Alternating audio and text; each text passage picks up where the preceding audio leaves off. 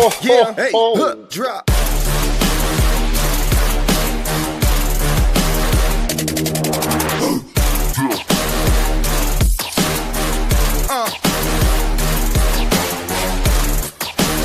Prime Coverage Sports Network.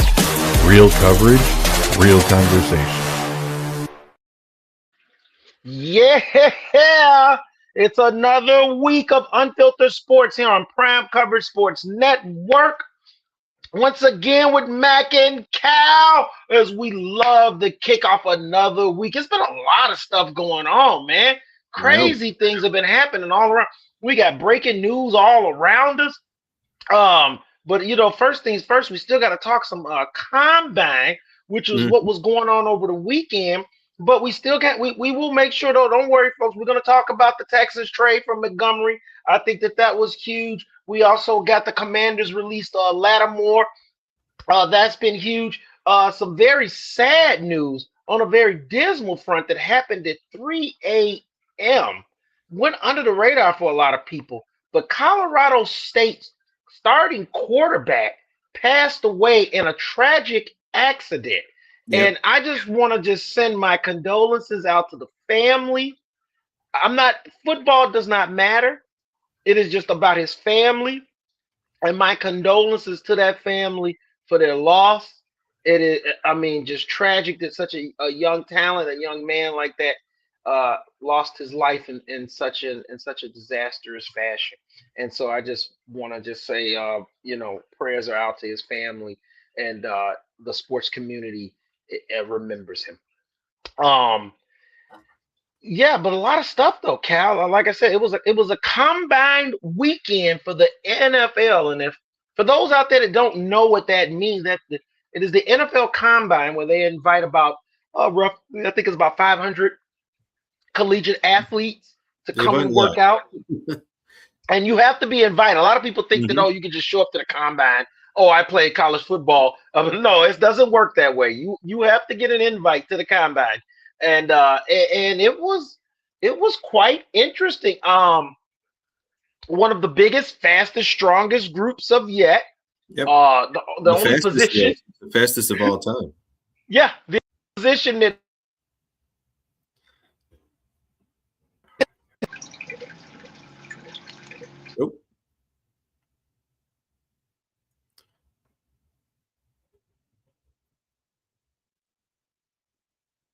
We'll be right back, everybody, after we sort out these technical difficulties.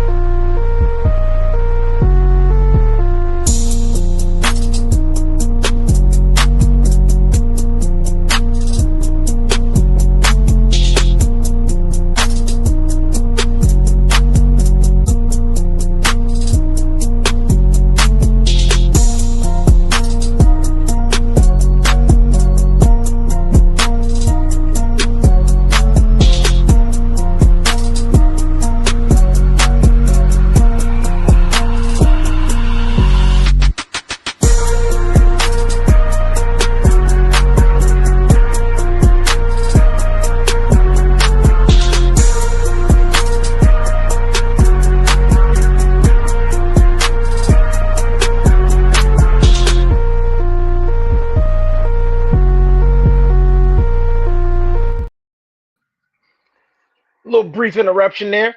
As we were going on about the combine, it was the funny part about it, Cal. You know that the group that actually didn't finish in the top in speed was quarterback, which is kind of shocking. Mm-hmm. But I guess it kind of coincides also with the thought process this year that, the quarterback position is not the sexy position this year.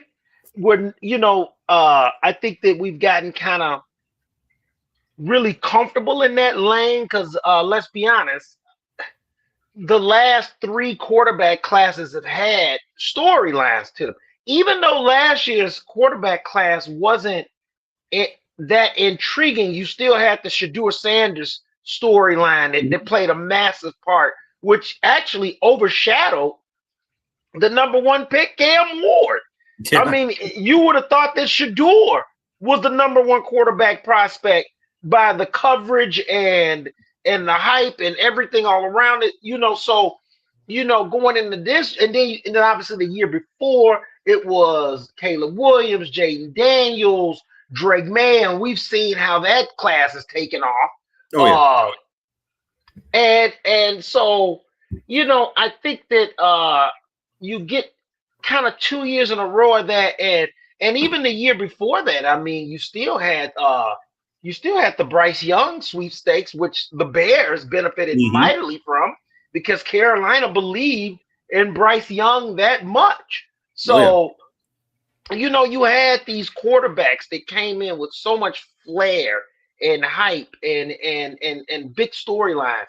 And it just seems like really there's really two storylines in this draft of quarterback.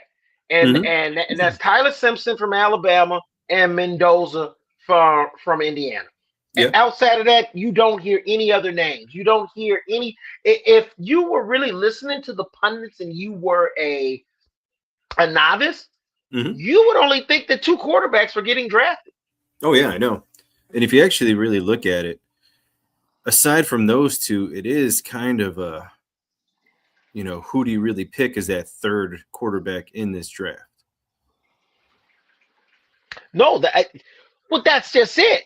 Because here's the thing that I don't believe, Kyle. I don't believe for 1 second that this is it. You know what I'm saying? This is all we're getting. This is all we're getting in this draft is these two quarterbacks that everybody. It doesn't work like that. No. It doesn't work like that in the NFL. I mean, look at the Bears. The Chicago Bears are hoarding an undrafted free agent on their team that's a backup. Okay? Quarterbacks are coveted. And if you think that they're not going to be drafted, that's insane.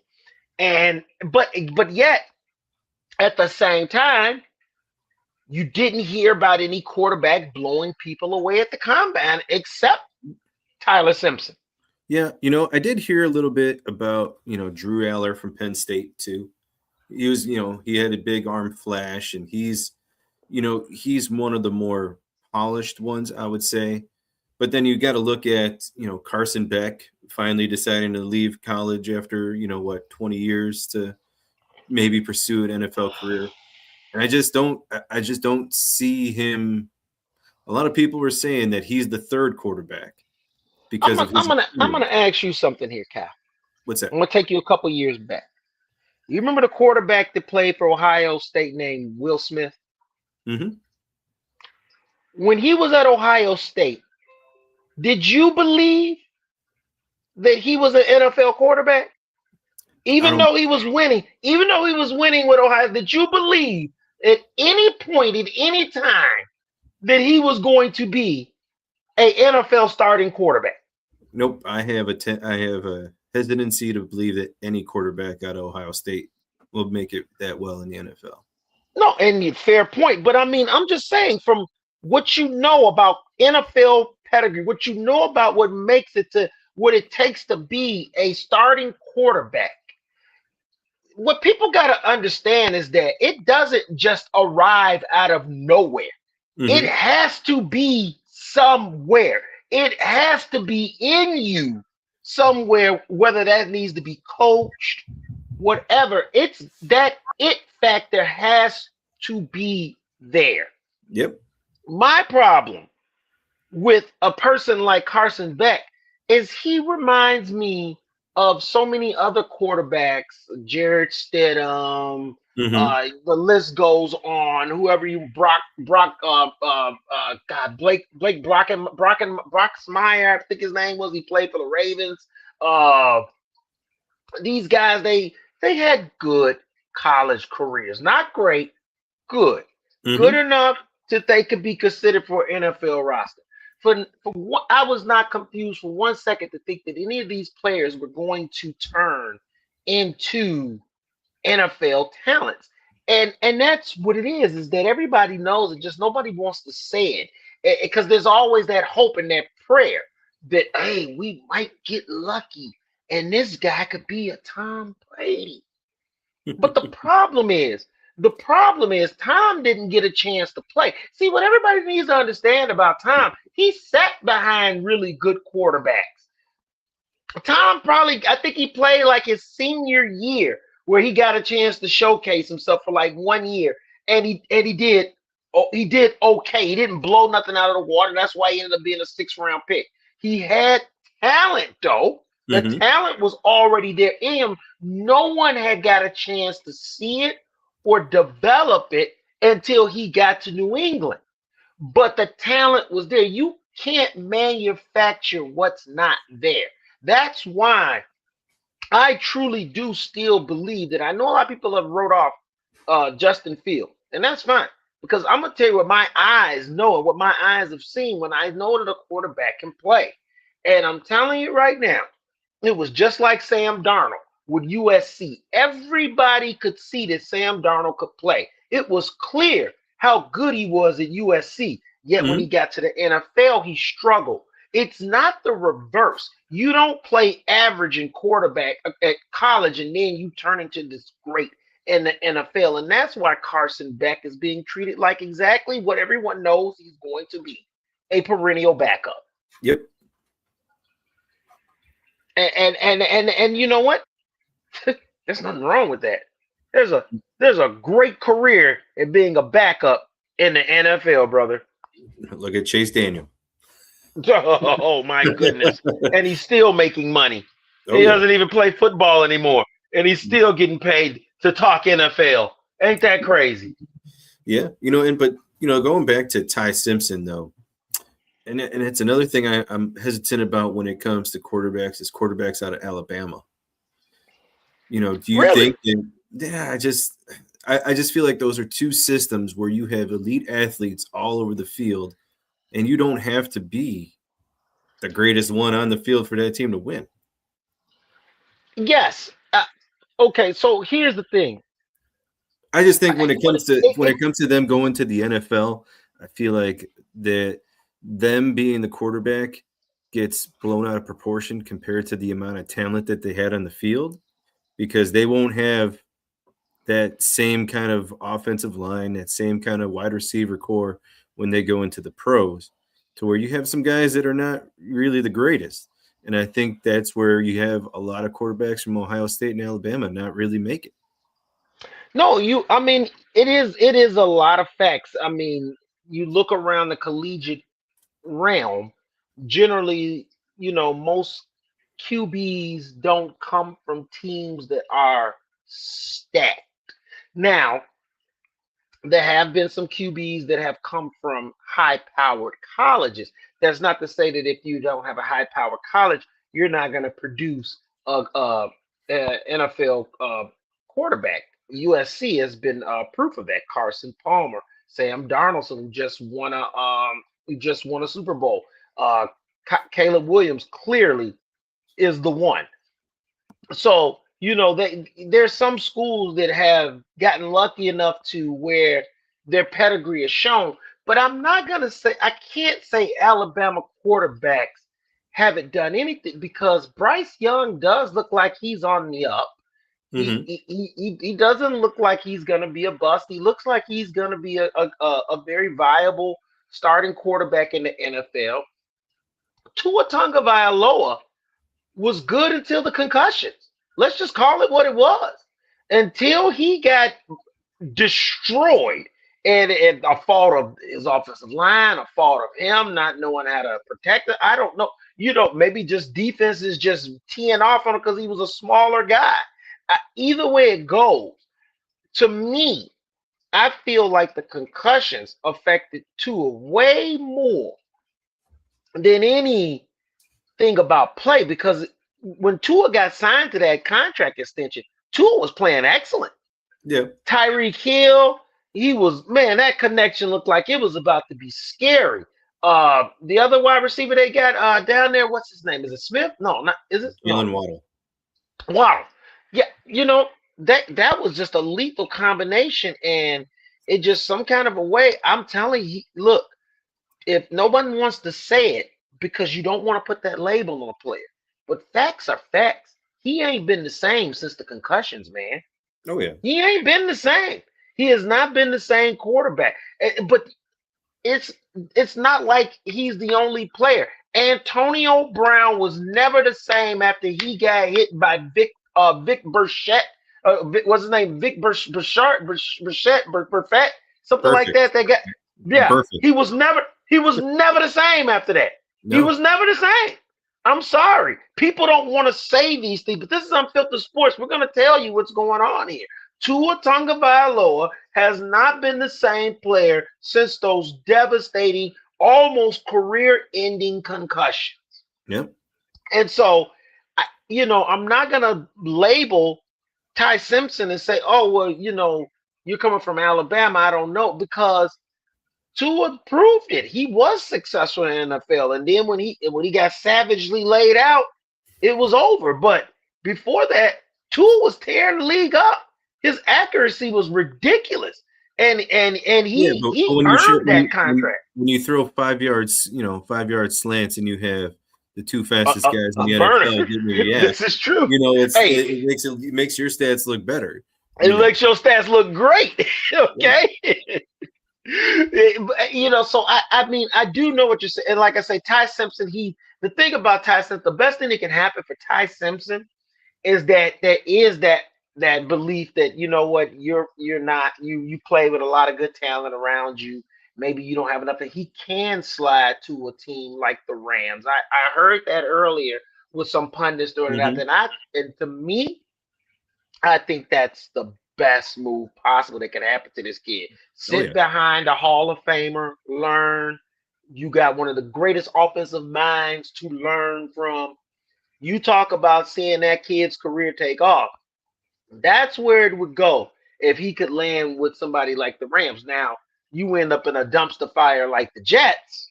Well, I guess you're just another Alabama quarterback casualty. Yep. No, I think the Jets are holding out for next year.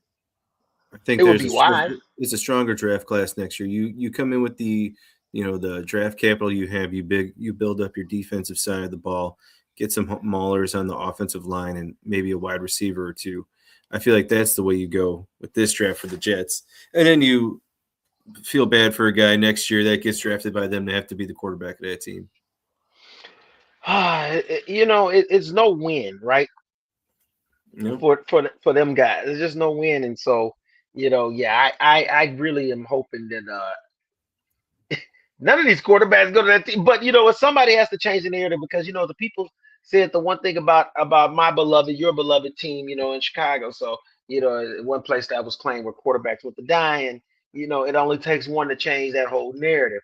But yeah, in this draft, they really only got 5 listed that I see right now. I'm sitting there looking at their listing.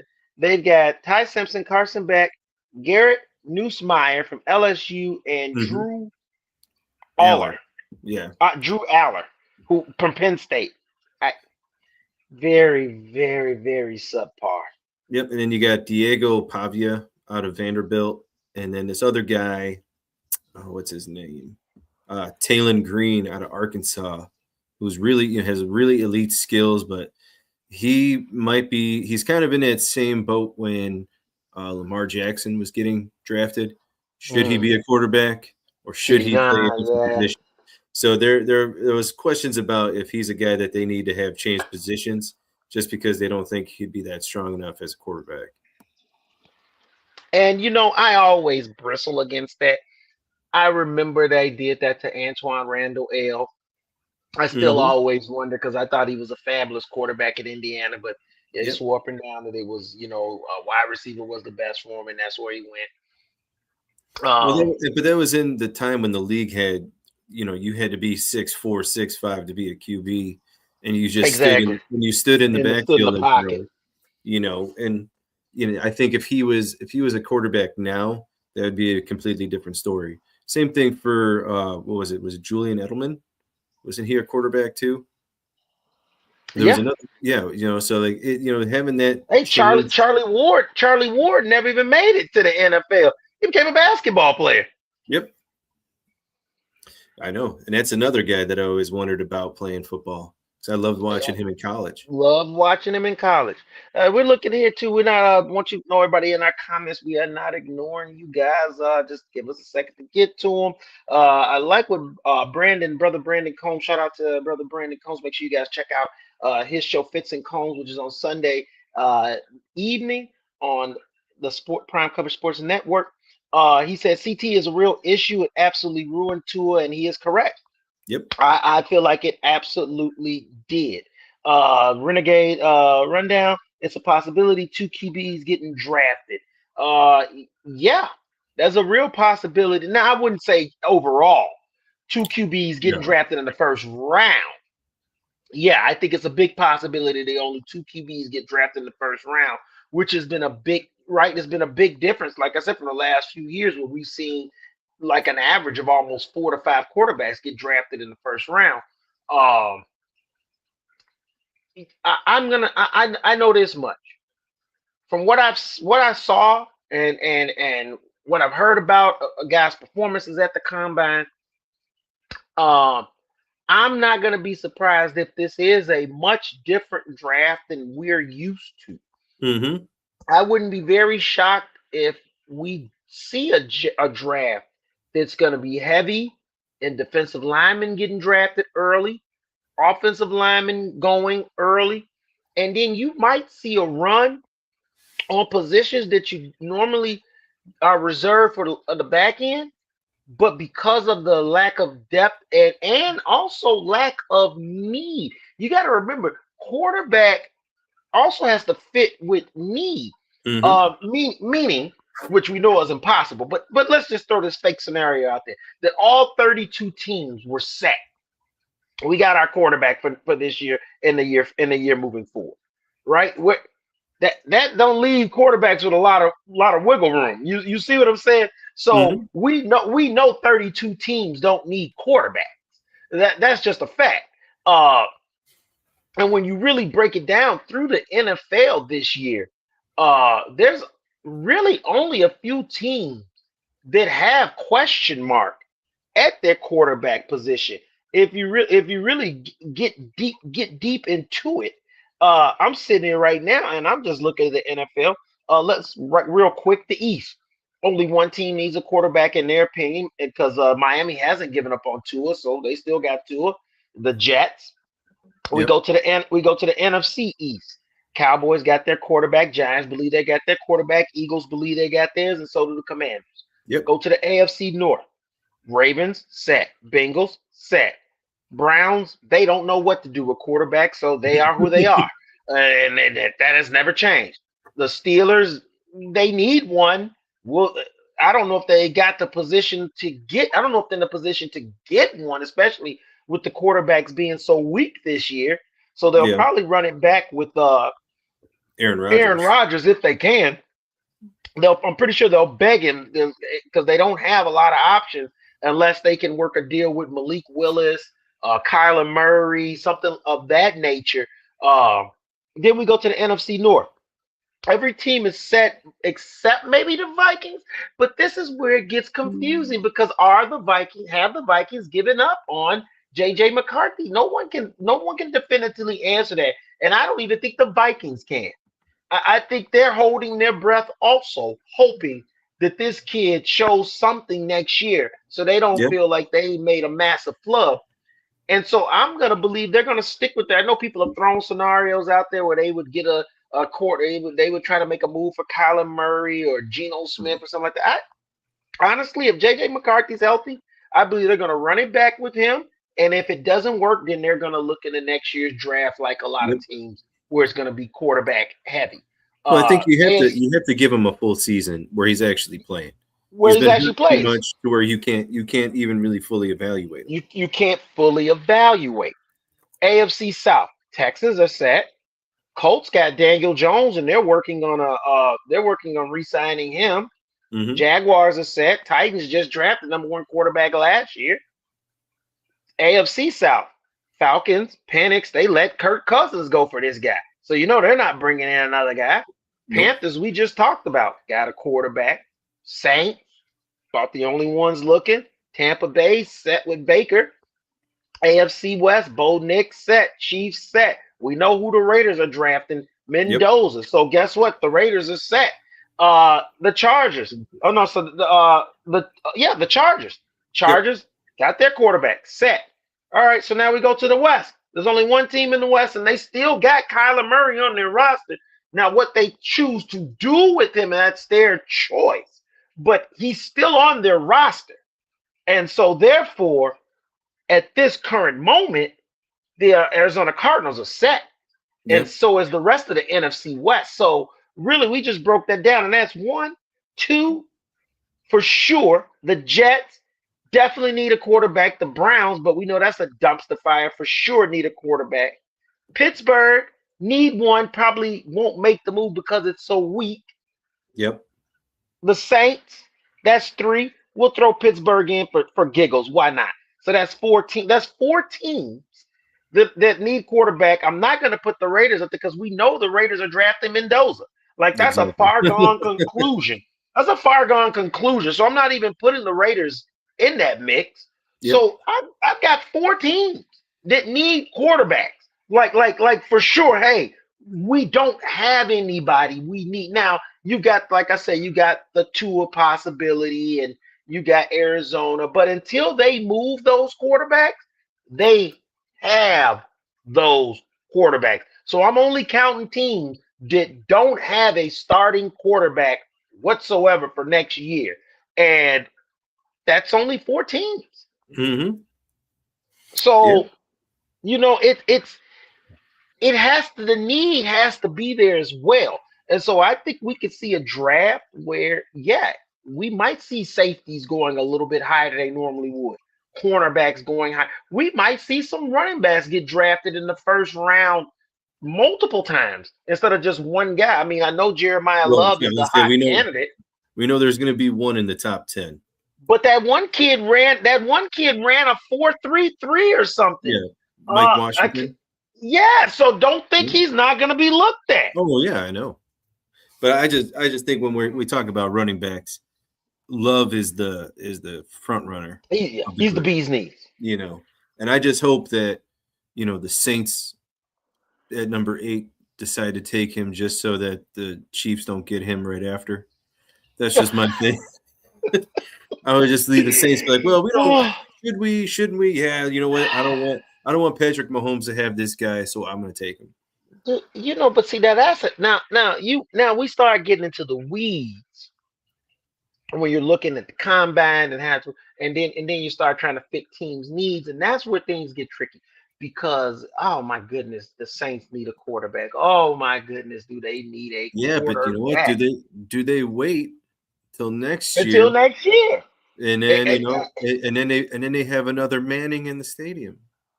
Not only that, it's not a bad thing, in my opinion. It's not a bad thing to set the table for your quarterback. Mm-hmm. For the quarterback that you know you're going to shoot for. That's not necessarily bad. If you don't believe that you have a franchise-changing quarterback in the draft, don't just draft the quarterback to draft the quarterback. You know, that was what the Chicago Bears did. The Chicago Bears did not view Bryce Young and C.J. Stroud as guys that they needed to have. They instead viewed Caleb Williams, who was coming out the next year, as a guy that they needed to have. And so they positioned themselves to where they could be power players. Now, how it ended up working out in the best case scenarios for them is that they ended up getting the number 1 draft pick number. They didn't have to trade or do anything. They got it because Carolina ended up with the worst record, and they had Carolina's pick. So it really fell into their lap. But make no mistake about it, the Bears were going to position themselves to use those draft picks and all whatever capital to try to go all in and get Caleb. Mm-hmm. If that didn't land in their lap. But they set the table. How did they set? They drafted Darnell Wright. And now look at what Darnell Wright has turned into. A bookend all-pro right tackle, setting the table for your young quarterback. So no, I think the Saints would not be crazy if they drafted Jeremiah Love, much like the Raiders drafted Genty. You gonna tell me now that Mendoza's pick doesn't make a lot more sense with a Genty in the backfield to help him? Exactly. Set the table. And this is a deep wide receiver draft too. So I mean, you pick up Mendoza in the first round, that you have Genty and Bowers already. Now you throw in a second round or a third round wide receiver. Now you're getting something, you're getting a package together to do something out there, in Vegas. Yeah.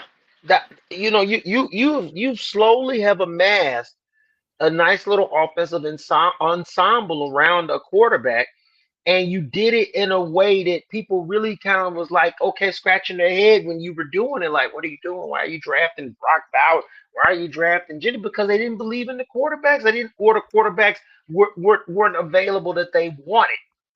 And so they said, okay, fine, we'll pivot and we're going to be patient. And that patience actually paid off for them, because now they're sitting with them. Now it's going to be on Mendoza.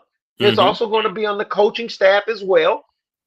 Kubiak's going to have to come in and work the magic that he was able to work in Seattle. And it's also going to take a support from management. As one thing that I've learned, it's more than just the coach and the players. You have to have the front office support. You have to have guys in the front office making the right moves. So if that comes together, the Raiders have really set this young quarterback up in a great position. What do they say is a quarterback's best friend? Tight end. What do they say is one of the best things for a young quarterback to have? A running game. What do you know? They got those two things already set up for them. Exactly. So it'd be hard. If Mendoza stumbles, it's because he's a rookie. He's learning. Hopefully he can get past. But it won't be because of lack of options, lack of weapons. He's got that around him. They got to do something with that offensive line. He's protection, but at least he has some viable options out there, and that's what you want. So no, I mean, yes, Saints going after Love doesn't sound crazy to me. What I'm hoping is that, obviously being a homer, I want guys I want to reach. I want them to draft safeties, running backs, and let those defensive guys just keep falling. Let those defensive linemen keep falling. Let them keep falling. I don't think it's going to happen this draft though. No, but that's my hope. Too many good ones out there. Then you just have to take them when they're available. This draft does look like a lot of, best player available type draft, to where it's just like there's an abundance of edge rushers, abundance of wide receivers. Not too many at the tight end spot. Tight end is pretty limited. But some athletes. Yeah. And there was one guy, jumped up 45-inch vertical. Whoa. Oh yeah. Big man, get up. Well, you have the tight end from Oregon. He's gonna be a matchup nightmare. Now I have heard some about them hands. Yeah. They say those hands are a little questionable. Yeah, but the athletic ability is there. If you go back to this last college playoffs, he did have some costly drops, which kind of hurt him a little bit. But I mean, the size and the speed, yeah, he is a rare mismatch just waiting to happen. Another dude that I kind of made a list together of the freaks of the combine, if you want to call them that. Well, let's go. And I have Kenyon Sadiq, the tight end from Oregon, is number 1. Number 2, I got Sonny Styles, the linebacker at Ohio State. That dude is a hybrid defender who kind of gives me, with being able to be acting like kind of like a safety and a linebacker, just gives me Urlacher vibes. I think that's the new position too, though. I think that the linebacker position has drastically changed because of the fact that teams play a lot of nickel now. Offenses run a lot of 3 wide receiver sets. Sometimes they'll run the two tight ends, uh, and that you have to contend with a little bit, and that's where it gets tricky. But for the most part, it's usually three wide receiver sets. And what I've seen now in the NFL is that one of the most lethal players on the field is now what coaches call the Swiss Army knife. Mm-hmm. The Kyler Hamiltons of the Ravens, the Kyler Gordon of the Chicago Bears, the kid the Seahawks just drafted, that rookie. Yeah. These guys Emmanuel. are these guys play like linebackers, Mm-hmm. but they are in the bodies of defensive backs, Yeah. so they can cover, so they can still cover a tight end out on the field. They're strong enough to bring them down, but they can also come up and run support, and they can also blitz and sack the quarterback. And I think that position is if you could find that position, whether he's in the slot or whether he's at your safety, I think that has become a lot more of a lethal weapon. And if this kid can be that at linebacker, and he could be the type of kid that can cover tight ends, can cover running backs, and can still go in, make big tackles, and sack the quarterback, you better take a long look at that kid, because I'm Oh gonna yeah. tell you right now, he's going to be special. Yep. Oh, I completely agree, man. And then I went with Mike Washington Jr., that running back out of Arkansas, who Elite. 4.33 at 223 pounds. Ooh. Moving. Chris Brazel the second out of Tennessee, wide receiver, huge vertical deep threat, but he seems like he might be only one dimensional. That might be his only thing. It's just Might be his only trick bag. It's just being that burner that goes and you just toss the ball up and hope he gets it. Malachi Lawrence, defensive lineman, just really fast, and he's out of UCF that I thought was pretty good. One guy who has been climbing up the boards, and I kind of want him to take a step back because he's somebody that I was hoping that the Bears would be able to take a look at in the second or third round, was Danny Dennis Sutton, edge rusher out of Penn State. I was really looking at him, and dude, there's something about edge rushers out of Penn State. They just know how to recruit them and know how to develop them. And dude, that's just the way that he's been looking. That's another dude that I'm just like fall to the second round, hopefully, because there's another guy that's he actually flew up the boards that I was hoping would be available in the third round, and that's whoa man, what's his name? The Jacob Rodriguez out of Texas Tech, and he won the best linebacker trophy in college last year, and they had him as like a third or fourth round projected, but he's kind of shot up the ranks on the draft board. And dude, that'd be another guy. I mean, I know this ain't a Chicago show, but I still got to put in my own thing about what I like.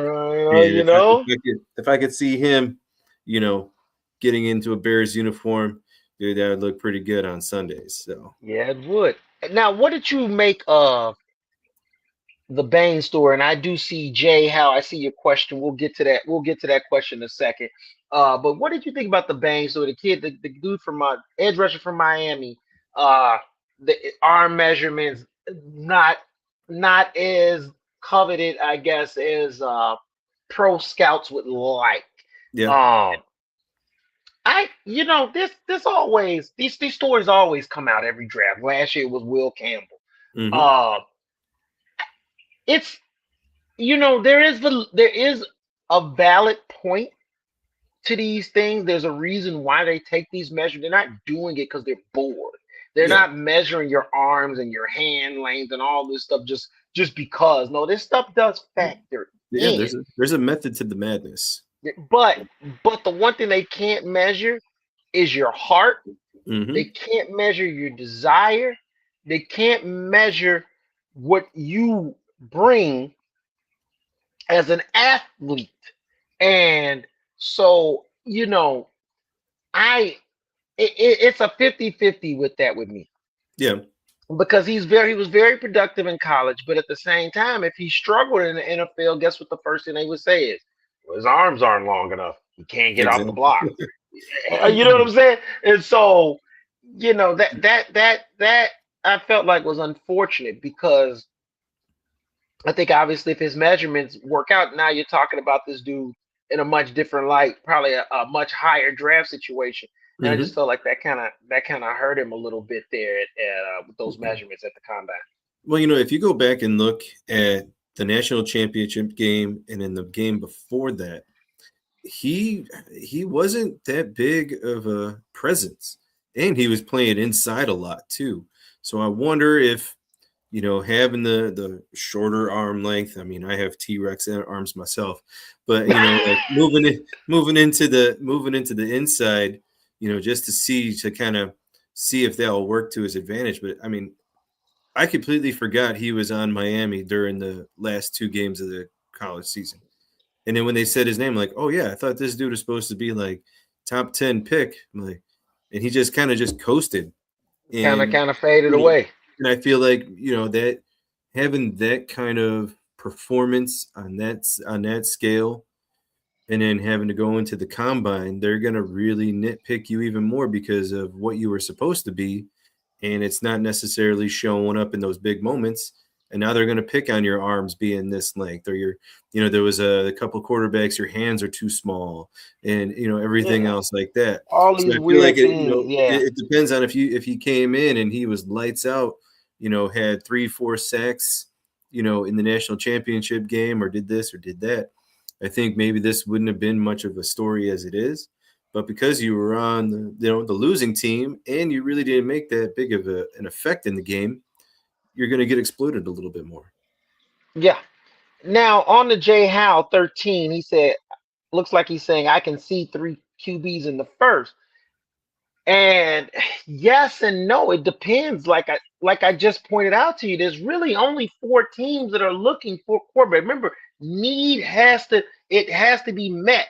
The year before that, there was a need when Caleb Williams and Jaden Daniels and Bo Nix and Drake May and Michael Penix Jr. got drafted. There was a need for all those teams at quarterback, and Mm-hmm. so the need has to justify as well as the talent. And I don't think that the talent is there.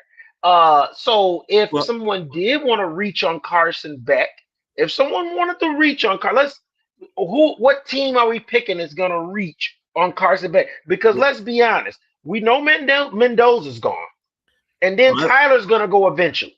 I look at you have clearly Mendoza goes to LA. I just don't see the Jets taking one this year. Mendoza to the Raiders. Raiders. Yeah, Mendoza to the Raiders. I don't see the Jets taking a quarterback. I could see Pittsburgh in the first round, maybe taking a reach on a Maybe QB. going with Tyler. Maybe going with Tyler. Yeah.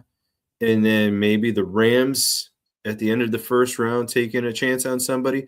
But that's the thing where I go into looking at, is it Carson Beck, Drew Aller, Garrett Nussmeier?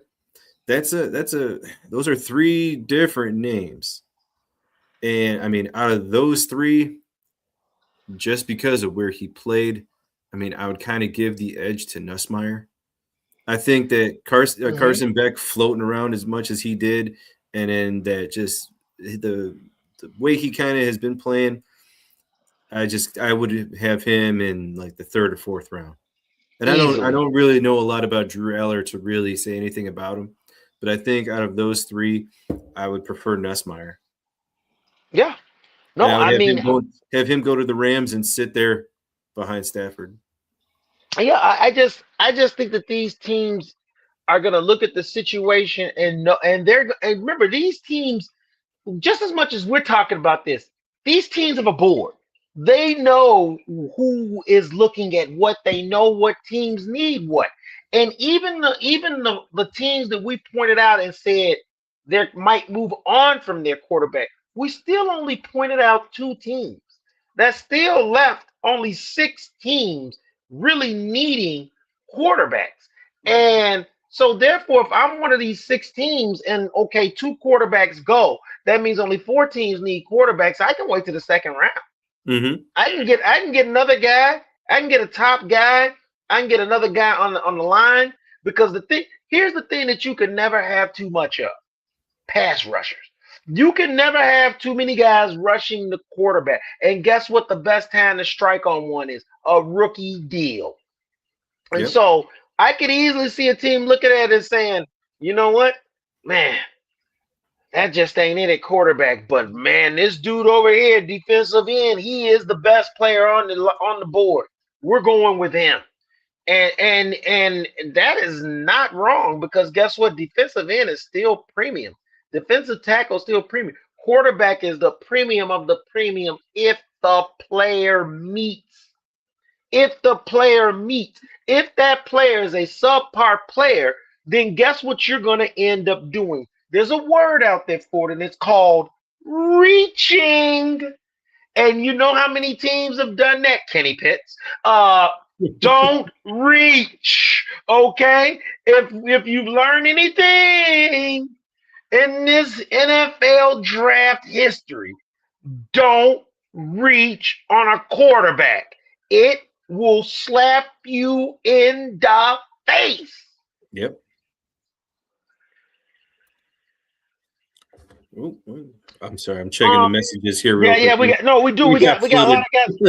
We got a lot of guys commenting, and I love it. Let's answer some of these questions. All right.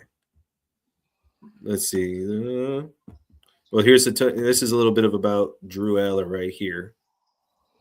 6'5" Aller. He looks like a QB you want. I think that helps him a lot. Ty is short. Okay. Mm-hmm. And then Jay Howe agrees with you 1,000%, but we did think the Falcons were taking anyone they took the last 3 to 4 years. Yeah, that's true. Falcons have been very unpredictable. We know, Renegade, you don't want Ty Simpson near the Steelers, but it ain't about you, guy. Yeah. Guess what? I don't think you wanted McCarthy anywhere near the Steelers, and they hired him. So it ain't about you, guy. It's about what this team feels that they can do, and I don't think it would be crazy if Aaron Rodgers returns. Now, if Aaron Rodgers doesn't return, no, bringing Ty Simpson on that team, no, it probably wouldn't be a good move at all. I mean, even though Mike McCarthy is somewhat of a quarterback whisperer, but I mean, to dump a rookie in that situation like that, that's tough. That's real tough. Well, I look at the Steelers situation, and if they could get Malik Willis, I think that would be good for them. I think Malik Willis would be good over there. Now, Malik is going to be a free agent this year, if I'm correct. So that no team has to trade or do anything. They can just sign him in the free agent period. And understand Malik Willis it's crazy that we're saying this, right? But Malik Willis is going to be a linchpin in how the draft moves. Yep. It's weird as it is. But he's not the only one out there. Keep your eye out. I referenced it earlier, and I was joking for a second, but people need to pay attention to the backup quarterback for the Chicago Bears. Okay? Tyson Bagent is coveted. Tyson Bagent is coveted by NFL teams. A lot of NFL teams believe that he is one of the top 32 quarterbacks in the league, and they want him. Yep. Don't count that out of this quarterback carousel. So Malik Willis, though, is a major part. So is Geno Smith. He's still playing a massive part in this as well. So don't think the teams have written Geno Smith off, or don't consider him a viable starting quarterback or a bridge gap quarterback, as they like to call it. But Malik Willis is going to be the hot free agent quarterback out there, and who he signs with, it will definitely cause some domino effects. Like let's say, let's just throw a hypothetical that for some crazy reason Malik Willis signed with the Minnesota Vikings. Whoa. Oh, what do you do with JJ? Uh-oh. Yep. Uh-oh. Like, whoa, wait a minute now. You know, let's say Malik Willis signs with the Arizona Cardinals. Oh, well, Kyler Murray's getting traded, but who and where? You see how this works. So, you know, where Malik picks to go is going to dictate. Like Malik Willis signs with the Saints. Now the Saints are definitely drafting Jordan Love. Jeremiah Love. They're drafting Jeremiah Love without a doubt. Yep. Without a doubt. If the Steelers sign Malik Willis, now the Steelers got real options when they get ready to draft. They could go defensive end. They could go wide receiver. Like you've changed your whole narrative with that quarterback set. So no, he's going to be the first linchpin and dictating a lot of how this draft is going to go, which is crazy, right? Malik Willis would do this. I know, man. You know, since we're still talking about the combine and the draft, the Caleb Downs news that just came out about him having that possible potentially degenerative ACL, torn meniscus. Like he was potentially top 5 pick overall. You know, draft stock down. And I mean, that's when you put some titanium rods in now, and you just pray that you can work it out and get ready to go. But you know why? You know what doesn't work in his favor with that? Think about it. Who was drafted by the Rams with degenerative knee problems? And how long did he last? And he was good. Yeah. He was real good, wasn't he? Yeah. The boy was good. Didn't last too long, though, did he? And the Rams ended up looking like idiots because everybody knew his knees were bad coming into it, and they still drafted him high anyway. It doesn't work out that way. I'm just telling you, when those knees get a bad mark, draft stock going down.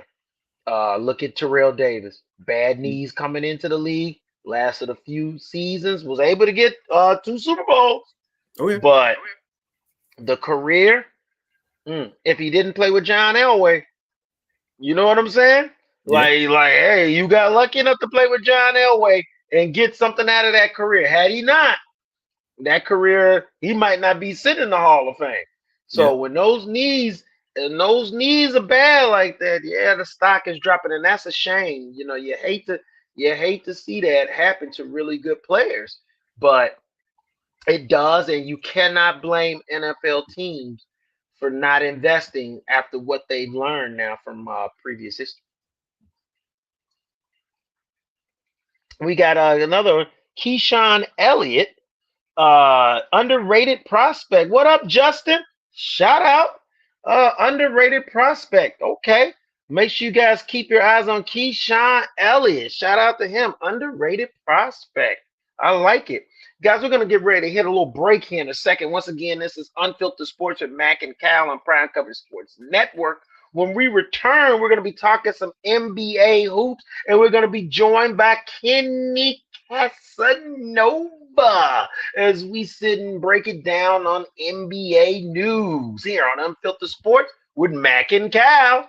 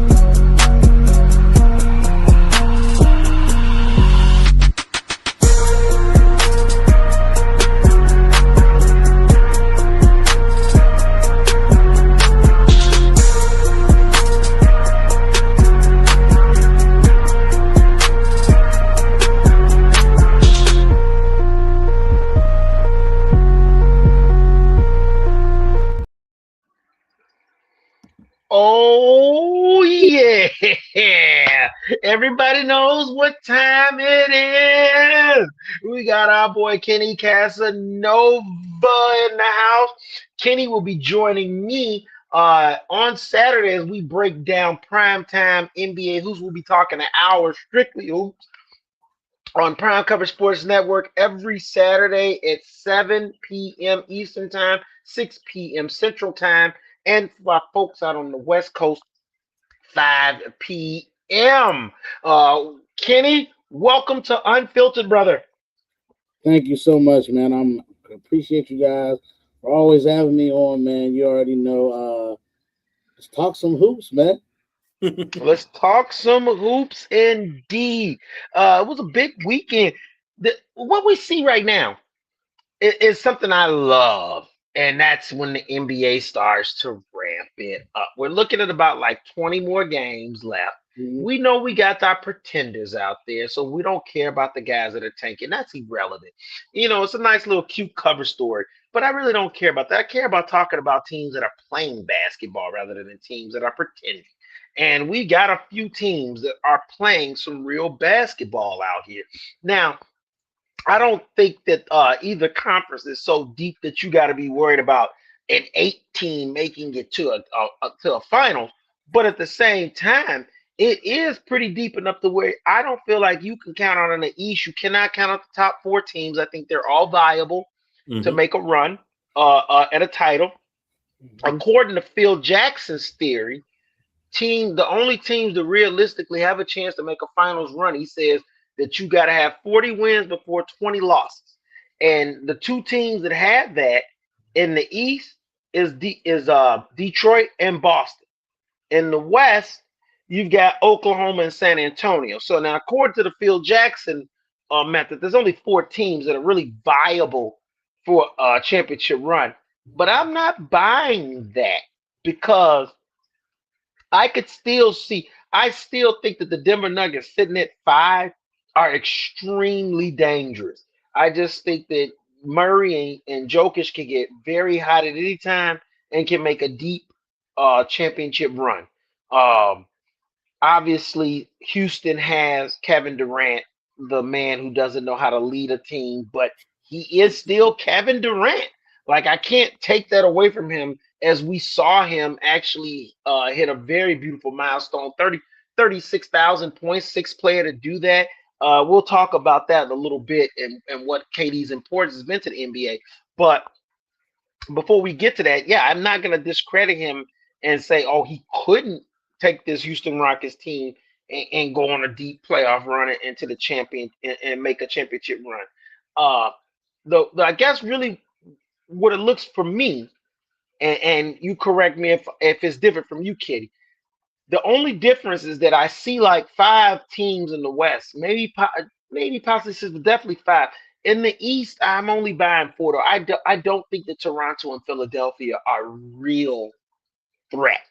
I watched Philly play last night, and I mean, does Joel Embiid even play basketball anymore, Kitty? Does he even play basketball anymore? Like, I never see the guy on the court. Like, they just came off of an All-Star break, and he's still not able to play? The knees don't hold up, man.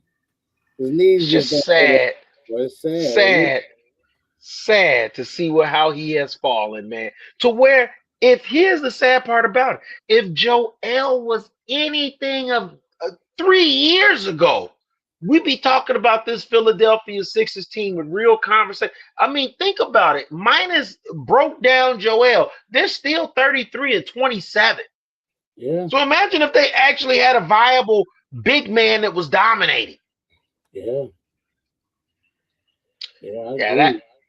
That one's sad. Orlando, no. Miami, no. And then I just think that the Hawks and the Hornets are just going through the motions of trying to do something to look cool because, hey, we got a chance to make a play-in game. And I guess that's growth. I guess that's growth for young teams like that. For the Hornets, for the Hawks, that's growth, to make the play-in. But, I mean, at the end of the day, I mean, and we talked about this before, when we're looking at this big four in the East, I mean, no one is. It's anybody's. It's anybody's. I don't see a solidified team that's gonna be like, oh, they can run away. Even though Detroit is the cream of the crop, I've also seen when Cade Cunningham struggled, Detroit looked completely lost. Mm-hmm. Correct. Yeah, I What do mean, you? Yeah, what are your feelings about these top four, Kenny? in the East, I think the thing Yeah, about the East, um, it's not a lot of championship experience outside of the Celtics, and so I think they, even without Tatum, they might have the best shot at getting to the finals out of the four. I mean, I actually sat down this past week, and I watched a lot of Detroit basketball because we talked about it, and I'm just like, all right, let me go see. Let me go see. Can I see this team really do this in the championship? And what I realized is it's either Cade Cunningham or it's bust. I don't like teams like that. I don't yeah, like I don't that, like that, teams like that when it's based yeah. off of one guy and he Yep. has to show up. And it's one Hey, of those where we seen that before. yeah, we Michael seen Jordan. We yeah, seen that before. Michael Jordan. Michael when it was either him or nothing. Um, we watched this even when it was James Harden when he was in Houston. We watched this. You can't. You have to have multiple ways of winning and multiple ways of attacking teams, and I just see them going one way. And so I'm not saying I'm out on Detroit. I'm saying let me take a step back on Detroit.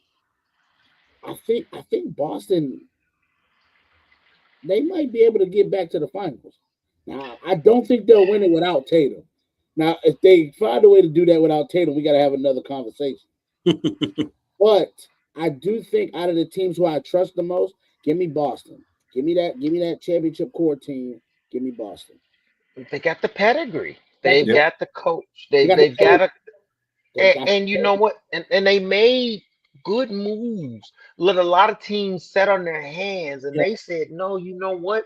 We actually might we need to do a little bit more. And I'm telling people right now that trade for Vucevic, that's a that big trade for Nikola Vucevic is going to pay dividends for them. And the thing about with Jason Tatum, it's very interesting mm-hmm. because I feel like this. If the Celtics really do have a chance at the finals and Tatum really feels like I can help, like if he's really in that mindset, like I can help this team, he's going to play. Um, but I think it's finals only. I don't think he's coming back just for them to be in the playoff. That's not worth it.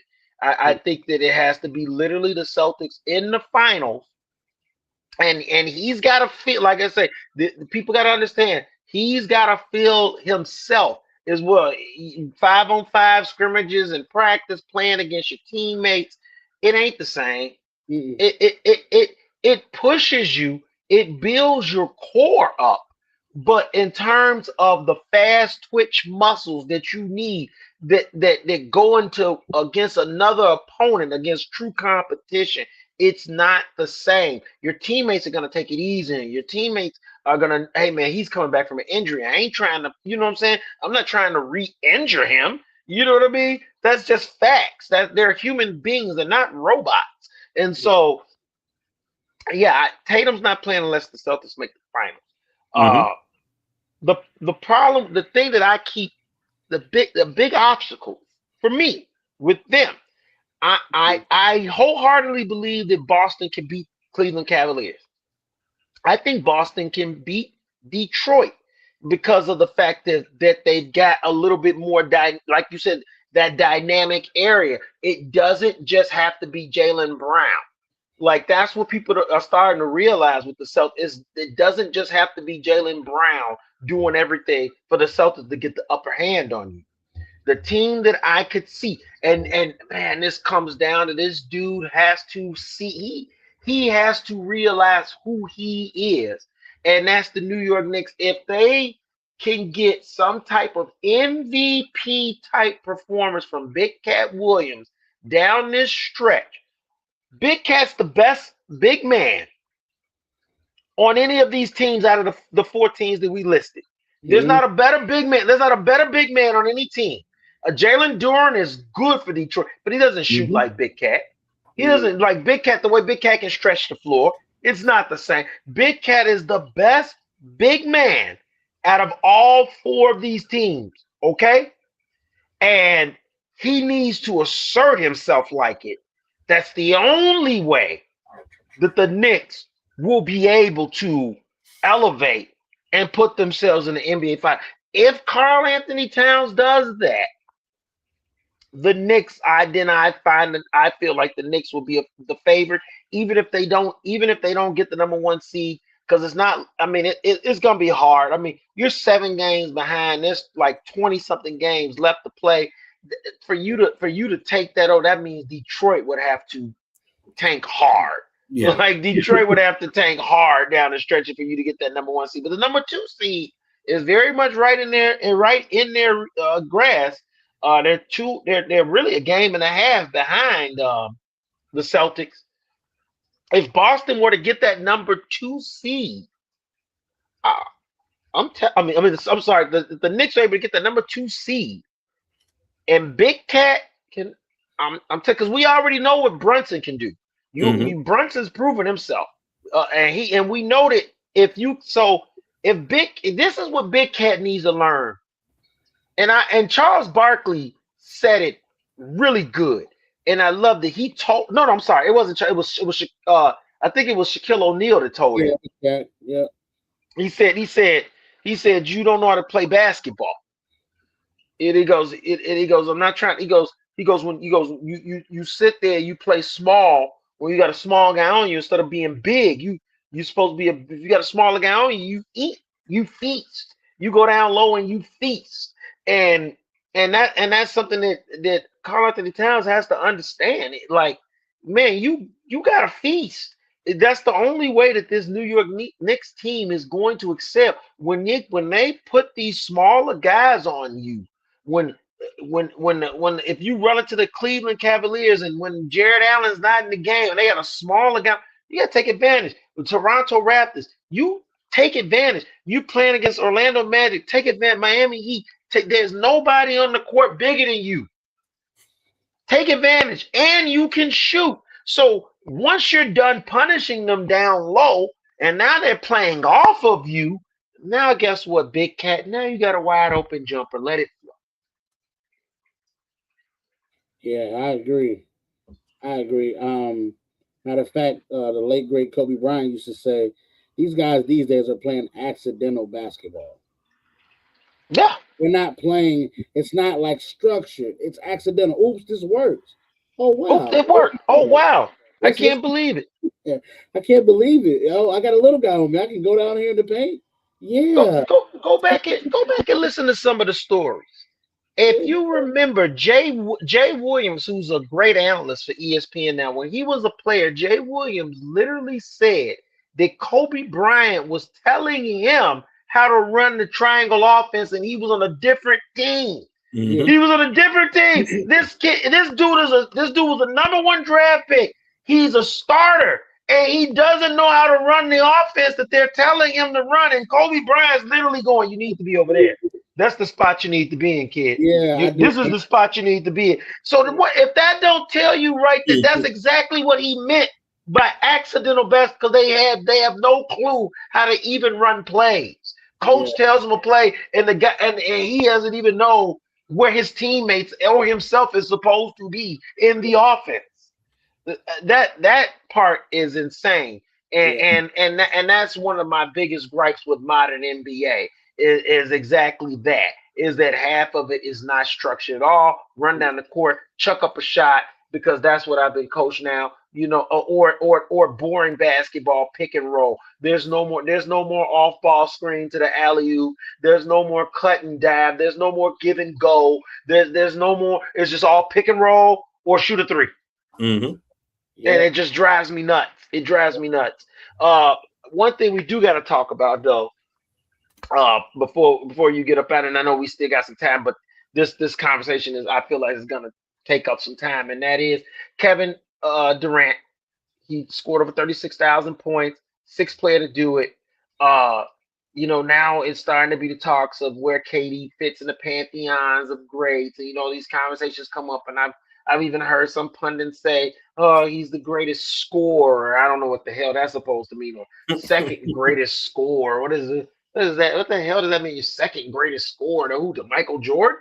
Okay, so what? Kareem Abdul-Jabbar was chopped liver? Did anybody pay attention to what Kareem did to people? People still can't shoot his shot. Try doing a sky hook. Good luck. I dare the person to try to learn it. They won't, because you know why? It's too hard to learn. All right? So, no, when somebody want to sit up there and throw that out, man, it's single great. Score of what? What did he score? What scoring did KD do that was so great that makes me go, you were a better scorer than Kobe Bryant. You scored the ball better than Kareem Abdul-Jabbar. Hell, I'll even say Karl Malone off the pick and roll. I'm sorry, but Kevin Durant, if he wanted to be great, Lord knows he took the most punk ass way about it. and so you don't get no credit from here. And you're not, and yeah, your points, half of them were empty calories. You're a Zach LaVine. You score a bunch of points in the third quarter, then in the fourth you can't be found. And I don't consider, that don't make you elite to me. That just make you a stat stuffer. And that's what most of KD's career has been, is stuffing stats and then turning around and telling everybody how great you are. You know what? Where's the rings besides the one you won with Steph Curry's team? Because it wasn't yours. That was Steph's team. Yeah. Still is Steph's team. And guess what? They won a championship after he left. Correct. Mm-hmm. So, he, you know what? 6'11", handles, can dunk, layup, jump shot, right, three-pointer, ISO ball, all of it. I've been watching Kevin Durant since Texas, all right? When he played with LaMarcus Aldridge. Don't try to come at me about efficiency. I know KD. I have followed his career for a long time. And when KD was coming out, I remember saying to myself, this dude is a unicorn. He reminded me of Kevin Garnett, yet could shoot the three better. Yep. And could dribble better.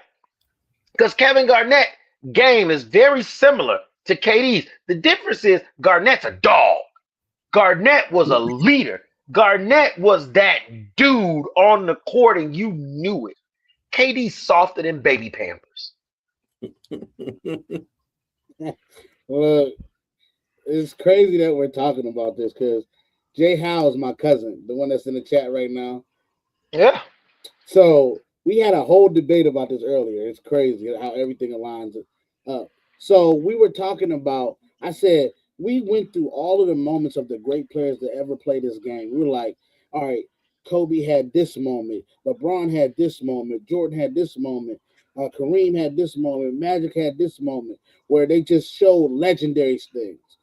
Magic, rookie year, 42, 15, and 7, and the finals. Like, we got legendary moments from Larry Bird. We got legend from all these guys. I said, name me KD's legendary moment where we were like, oh my gosh, that right there is the moment of his. He doesn't have one. You're correct. You know, no, he has one. Is when he went to Golden State. Yeah, that's what I said. He took the words right out of my mouth. What I was about to say, and another thing I was about to say, you want to know what his moments is? Losing 3-1. Yep. Being 3-1 losing. Countless times of getting swept in the playoffs by Boston. Stole on the line against Giannis and them, and then did not score in the overtime. See, people talked about the 40-something that he had, but he didn't score at all in that overtime when they went to go play. You can score in overtime, KD. You can go win that game. A game 7. Empty calories. Like I told you, Yeah. Yep. And that's been my whole issue with KD this whole time is like you're a great scorer. Nobody's ever gonna take that away from you. You can put the ball in the bucket. You understand the objective of the game. But the problem is, where is your moment, man? Where is the moment where I'm like, that solidified KD right there? He don't have no solidified moments, and I've always said this about KD: great scorer, horrible leader. Yeah, Horrible leader. yeah. Mhm. Horrible leader, horrible leader. Shout out to brother Blake Cal L for joining us. And Cowboy Mac in the house. I appreciate you, brother. I know you like the hat. We're gonna be talking some MLB in a second, Blake. Stick with us. So if you want to jump in Well, that chat, it's I gonna have be to real say cool. something to J. I have to say something to J. How. I completely agree. The same thing about LeBron was the same thing about KD. LeBron had to Yes. leave Cleveland to go to Miami. But can I say something to that real quick to that point? LeBron's legendary moment came before then, though. LeBron had Yes. legendary when he went to Detroit. When he went to Detroit, who was in the Eastern Conference Finals 6 times in a row, he went there and said, "I'm gonna drop 25 on y'all." That's a legendary moment in a time. KD doesn't have one of those. No. KD You're doesn't right. have one of those. And that's not even a moment where he won a championship. It was just a young dude that was ascending and said, "I'm here now. I'm gonna go to Detroit. I'm gonna put up 25 straight points on y'all court and send y'all bums home." Yeah. KD don't get Yeah. that. He don't have And those moments. He just I'm gonna does tell you something. I don't stick up for LeBron a lot. I am not a LeBron fan, but the one thing either. I'm gonna tell the truth. And here's the thing: when LeBron was in Cleveland, LeBron was a one-man team, and we just talked about that. Mhm. That you cannot win when you're a one-man team. Now, should he been a little bit more patient? Should he have tried to convince Wade or Bosh to come to Cleveland instead of him leaving and going to Miami? Yes, because he was the bigger superstar. The bigger superstar should always bring the others to him. He shouldn't go to them. And that's where LeBron, one of his biggest mistakes, in my opinion, in his career. But make no mistake about it, LeBron didn't have no help. When LeBron played San Antonio and he was with Cleveland and he played against Tim Duncan, it was LeBron James by himself. And so I'm not gonna dare sit there and try to compare LeBron and KD in those situations because KD had Russell Westbrook and James Harden, and he still blew it. And he blew it. And then he turned around and then he had a good team in Brooklyn, and he couldn't do nothing with it. Okay, he had a good team in Phoenix. People forget about the Phoenix thing. The Phoenix toboggle was a disaster, and he had good players around him in Phoenix. So, the moment LeBron James got good players around him, LeBron cashed in. The moment LeBron got D Wade with it, he cashed in. The moment LeBron got AD with him, he cashed in. The moment LeBron got Kyrie Irving back when he went back to Cleveland the second time, he cashed in. So that's called a guy leading teams. Okay, so I'm not gonna. I can't put those two together because Miami was not a championship powerhouse when LeBron joined them. Golden State was. Yep. And LeBron had that Boston moment. So we want to talk about moments. You trying to tell this dude? I kept telling this morning. I was like, bro, you picked the wrong guy to say that with. That Boston game alone covers KD could never. He went to Boston Garden and said, "I'm dropping 45 with y'all. I don't care about my assist tonight." Like LeBron, like I'm not even a LeBron fan like that. That's what made me mad because I'm like, you got me defending LeBron James. Exactly. You got me defending LeBron. Like that upset. I don't want to defend LeBron. Yeah, And that's why I won't say anything because I can't defend him. Like, I'm sorry, we ain't here to defend LeBron, okay? But you got us out here doing it. Like it wasn't. I told him, I was like, that's just the wrong guy to talk about legendary moments. It's the wrong guy. And I do see what he said. Like I said, I do understand like the LeBron KD. I mean, because it is a superstar left, went to play with other superstars. I do understand that, but like I said, the difference is that Golden State was an established powerhouse. Golden State was already a dynasty when KD joined them. Miami was, Wade had won that championship with Shaq, and that was years back. Mm-hmm. You know what I mean? Like they had, the best players that they had at that point was Wade and Mario Chalmers. If they don't bring in Bosh, maybe it doesn't look as gaudy. But the fact that they brought Bosh in with them, that made it look super gaudy. But Miami was nothing like Golden State was when KD joined them. Mm-hmm. And Wade had a ring, but Wade had won that ring with Shaq. Wade hadn't won that ring on his own. Dwayne Wade was not the best player on that team. It could have been argued that with KD, that Steph Curry was still the best player on that team, even with KD there. Steph Curry was. I told you that. I said that was Curry's team, man. It's Curry's team. I'm just being real. Debate whose team it is, and that's what another thing I keep trying to tell him. I said, listen, when LeBron went to Miami, he was top dog. We're not talking about Wade and LeBron was not mentioned as far as in the same breath. I said there was the only one other guy in the whole league that was on LeBron's level, and that was Kobe Bryant at that time when he went to Miami. I said there was no other guy that was being mentioned. So stop. I keep trying to tell him it was a clear distinction between the two. When KD went with the Warriors, it was not a clear distinction who was better between KD and Steph. They were on the same level. So it's a different thing. And then he keeps trying to say that Kyrie was a superstar. I said Kyrie Irving was never. Come on, man. Kyrie became a superstar when he hit that shot against Golden State in the final. That's when Kyrie became a superstar. But before that, before LeBron got the Kyrie was not a superstar. And that's what I was trying to tell him. I told him he was not a superstar. He was not. You can't be a superstar and have 19 wins. And we picking Anthony Bennett and Andrew Wiggins. And I'm like, whoa, because he's such a KD fan. I said, I get it, bro. I get it. He's a great scorer, but don't tell me that he has legendary moments like LeBron James and Kobe and these other guys that have came before him. It's just it's not there. You know what? Here's my thing, and I'm gonna cap it with this, and I like Jay Howe, saying defending. There's nothing wrong with defending the guy that you believe in, because you know what, KD is a great player, and even though we're sitting here and we're throwing venom at him because that's just what we do here on Unfiltered Sport. KD is still one of the top 10 greatest basketball players of all time. Period. He's in the top 10. He's gonna go. Like I said, the guy's a unicorn. You look at his makeup when you build players. You say, what type of players do I want to build to make me one of the best players of a player in the NBA? KD is definitely one of those builds that you choose.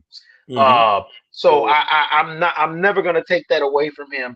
It's just that when you start to compare him in the pantheons of greats, that's when you pull the venom out of me. Because I will not ever say he's greater than Kobe, Kareem, Michael, Shaq. God, who else can I? Larry Bird, Magic. I'm sorry, I'm not putting him above those guys. No. And so I'm just not. I don't put him ahead of Steph. I don't put him ahead of Steph. I'm not putting him ahead of Steph. You're 100% correct. I'm not putting him ahead of Steph. Steph changed the game. Yeah, Steph Curry literally changed the game of basketball. I'm sorry, KD didn't do that. KD didn't do that. So, no, man, Kenny, we thank you for being here, man. Tell people how to find you. You know, you got so many things going on. You on the rundown. You got rundown. We got NBA hoops now. Tell everybody how to get a hold of you. So, you can get a hold of me. I'm always on PCSN. So you always can catch me over here. You can catch me on Facebook at Kenny Casanova. I am launching tomorrow the Renegade Rundown Live with my co-host Shay. We are excited. 6 p.m. Eastern Standard Time. Catch us on PCSN right here, and we're gonna be bringing it. And then catch me on Primetime College Hoops on Thursdays, and then catch me with my main man Marcus and Mac on Saturdays on NBA Hoops, man. So Yes, sir. Yes, sir, man. Thank you for joining us, brother. We appreciate it. yeah, thank you. And once again, to all of our viewers after that is brother Kenny Casanova joining us talking some hoops. You know what time it is now, though, Cal. We gotta start talking a little baseball, man. Oh yeah. Spring training is kicked in. It's in high gear. I mean, obviously, we're the hometown Chicago boys, so we're watching our Chicago baseball because there's a lot of excitement going on. But there's just a lot of excitement in baseball in general, and that has been a change. At one point, let's go back 4 years ago. Okay. Baseball was kind of the low point. Yeah. Baseball was like really fighting to get the interest of the youth. Mm-hmm. They were fighting to get the interest of inner city kids. They were fighting to bring themselves back to notoriety of like, hey, this is a very, very prominent sport. It's a fun sport. Everyone should be paying attention in some kind of a way. And baseball had got a little lackluster. And then something awesome happened for them. The Dodgers played the Yankees in the World Series, and it brought eyes back to the game again. And then last year they had a Game 7 World Series, thrilling World Series, brought more eyes again to the game. And now we have this buzzing excitement to start a new season. You've got the evil empire, of course, the LA Dodgers, and everyone else trying to beat them. And Mm-hmm. I absolutely love that. Give me the evil empire any day. Let's do it. I like that their teams have something they're shooting for, someone they're gunning for. For Oh yeah. years, it was the Yankees. And you know what? The Yankees are still the Yankees, but the Mm-hmm. Dodgers, of some kind of way, usurped them. And now we see everyone just trying to play catch up to the Dodgers. LA Dodgers. So we know how hard it is to repeat, but Yep. yet they found a way to do it. Mm-hmm. And I mean, it took 7 games. It wasn't like it was some cakewalk. Like it took every ounce of their energy to win those back-to-back titles. I Man, Kyle, you know how hard it is to repeat in baseball. A three-peat? Seriously? Is it even a possibility? I mean, even though this team is loaded, like a three-peat in baseball. Here's the thing, man, with the way that this lineup is stacked, the way that the pitching rotation and everything is, I mean, you can't say that it's not possible, especially with the weapons that they have and how they're set up financially.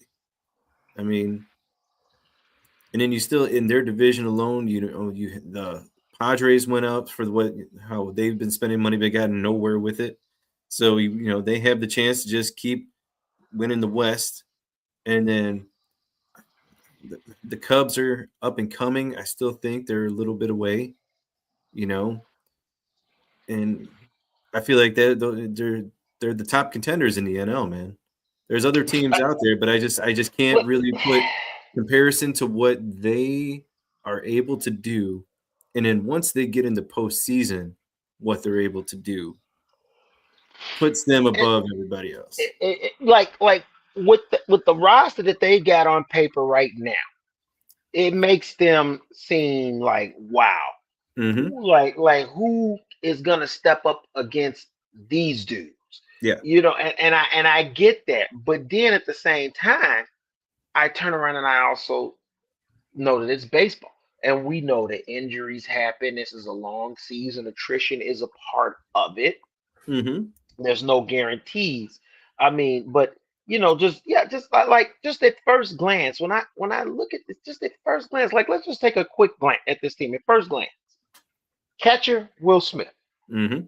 shortstop Mookie Betts, second baseman Tommy Edman, first baseman Freddie Freeman, third base Max Muncy.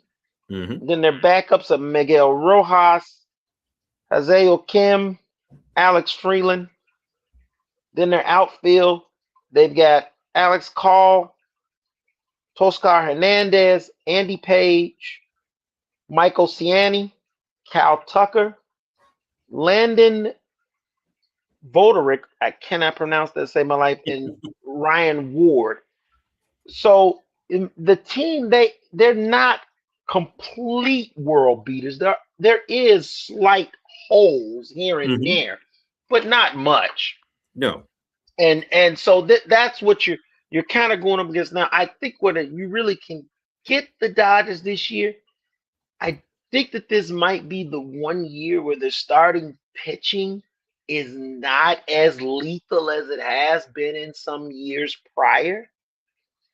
That that might be, especially if there is an injury here or there, where we could see that team stumble. Hmm. Biggest threats to the Dodgers, even if we're just talking outside of the box. So we know the Cubs, who they are, right? Hmm. We know Philadelphia is going to have a good team. I I will not discount the Mets. No. They're interesting. I'm not going to discount them. I know the Padres have been trying so hard to try to match with the Dodgers. It just doesn't It seem never to seems to work equate. out. Maybe this year, maybe this year. And I, I said it last year, and I'm gonna stand on this soapbox again. As weird as I feel doing it, this is the Cubs' division to lose in the Central. Yep. There's literally no team better than them in the Central, and so I just let's see how it plays out. But gosh darn it, man! Like, come on, like the Brewers, they're trying to be worse than you, and they're still beating you. Like, Yep. my goodness. Um, but then we look over to the AL, and this is what I see real competition. Like, if there is a way for the Dodgers to find it back to the World Series, I mean, man, you're talking about some serious players here. When you look at Hmm. the West, you still got a Texas Rangers team that was what 3 years removed from a World Series. Yeah. Houston Astros pedigree, Seattle Mariners great season last year. Cleveland Guardians, I feel dangerous. Detroit Tigers, formidable team as well. Then we go up in the East, the Blue Jays, who were just in the World Series and lost in Game 7. You still got the Yankees, who are the Yankees and are always dangerous. And then Boston. And Boston is a team that you have to keep your eye on. So I think that the real competition for the Dodgers, as crazy as it may sound, is going to come from the AL. I would not be shocked if the Dodgers did go back to the World Series, but I would be disappointed. Does that make sense? Oh yeah. I mean, I think it gets to the point where like, you want to compare it to other sports where, it kind of just got so boring seeing Kansas City in the Super Bowl every year. And it gets boring seeing the same teams in the finals every year. Now that shows a lot on those teams for being able to consistently make it and the managing of those teams. But at the same time, sports fans want variety. They want those underdog stories, or they want something that's like, oh, finally somebody new, not the same old boring, like, oh, it's the Dodgers again.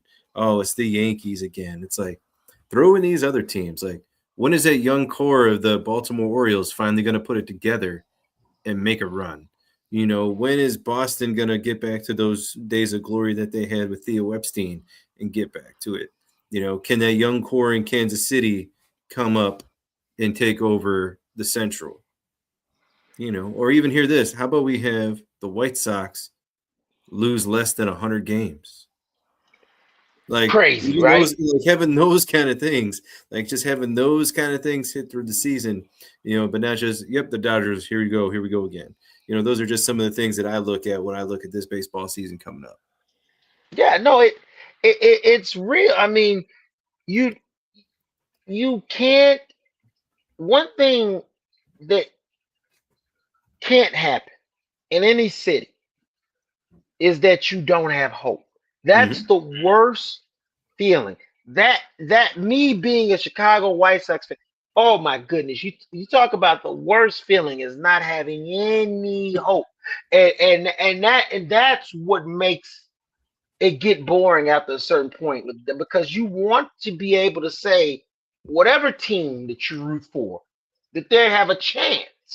Like you, like as if I'm a San Diego Padres fan, how can I openly sit and root for the Padres? Like, oh, I love the Padres, and the Padres are great. Now I can't wait to see what they're gonna do this year. When I know they're not gonna, they stand no chance against this team. They stand no chance against the Dodgers. Now my hope's gone. Yeah. I'm sitting there and it's like, oh, well, who cares? You know what? Because at the end of the day, they're just gonna lose to the Dodgers. So I think that's what it turns into. Is that's what a fatigue comes in, is because you get fatigued of not being able to have hope for your team. Yeah. You know what I'm saying? Like that, like that's not fun. Like I get it. I know why so many people hated Michael Jordan and the Bulls now. And when I was a kid, I was like, why does everybody hate Mike? He's so great because he was taking away their hope. And when you take away someone's hope of their team, it makes them go, please, enough of you. That's what the Kansas City Chiefs were doing. And then they were taking away people's hope. It's like, man, Patrick Mahomes, he's just going to the Super Bowl again. Yeah, we know our team stands. You know, same thing when Tom Brady was going through his dynastic run. You know, like, oh, man, like, well, we know where we stand. It's Tom. We know what's about to happen to us this year. And so I think that's the key thing that a lot of teams are trying to instill and put in and say, hey, man, you know what? No, we got a chance. We can beat this team. And the Blue Jays almost pulled it off. I mean, you know, so it's not, no, this team is not that they're unbeatable. I think that they can be beat. You just got to play your best baseball. And you cannot go in with the kissing the ring attitude. Yeah. You have to go in with the attitude of taking the ring and not worried about kissing anybody's ring.